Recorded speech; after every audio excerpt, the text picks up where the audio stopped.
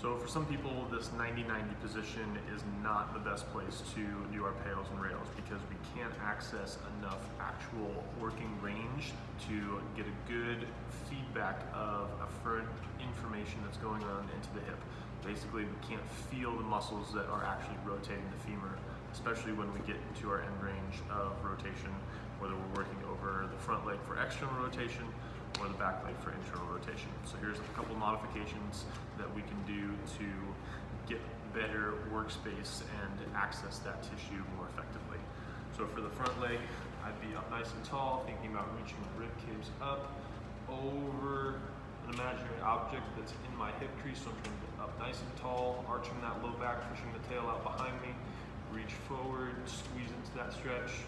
And then I'm going to really breathe into that tension, trying to go a little bit further every 3 or 4 inhale exhales. Once I've been here for my 2 minutes, now I'm going to modify the position so that I can do my PAILs and rails more effectively. So I'm going to demo this from the front position. So I'm going to lean out to the elbow, and this gives my external rotation a little bit more space. So I take a nice deep breath in, I'm going to push my hands down into the floor, squeeze that foot up off the ground, and I'm keeping my knee flat against the floor, holding for 10 seconds. 3, 2, 1. Now I'm going to push down. I'm trying to push that outside part of my shoe or my foot into the floor. It's going to feel like my knee wants to come up. Resist that urge. Keep it down. Try to press that ankle and outside of the foot into the floor. Hold for 10 seconds and then relax. Come back up. Get about a 30-second stretch in this deeper position, leaning over this front leg. Go back down to the sideline position for another set of PAILs and rails. Okay, so this is for external rotation.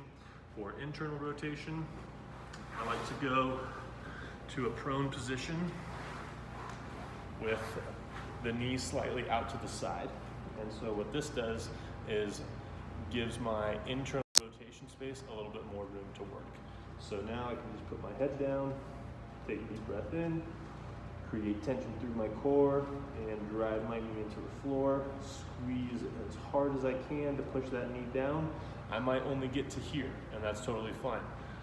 So I'm gonna hold that contraction for 10 seconds, trying to get as high as I can with that foot, and then I'm gonna reverse, squeeze that foot back down until it finds the floor, and then squeeze the inside part of the ankle down into the ground, holding for 10 seconds. And I should feel that strongly in the back part of my glute there. Once we've done that for 10 seconds, we can come back up to our 90-90 position for internal rotation. Rotate our body back in and hold for about 30 seconds before we would come back to that face down position for another set of PAILs and rails. Means that we have to shift the position a little bit more often rather than just getting to stay here, but we're going to get a lot better, more effective work in for those rotator muscles of the hip. Give it a try, let me know how it goes.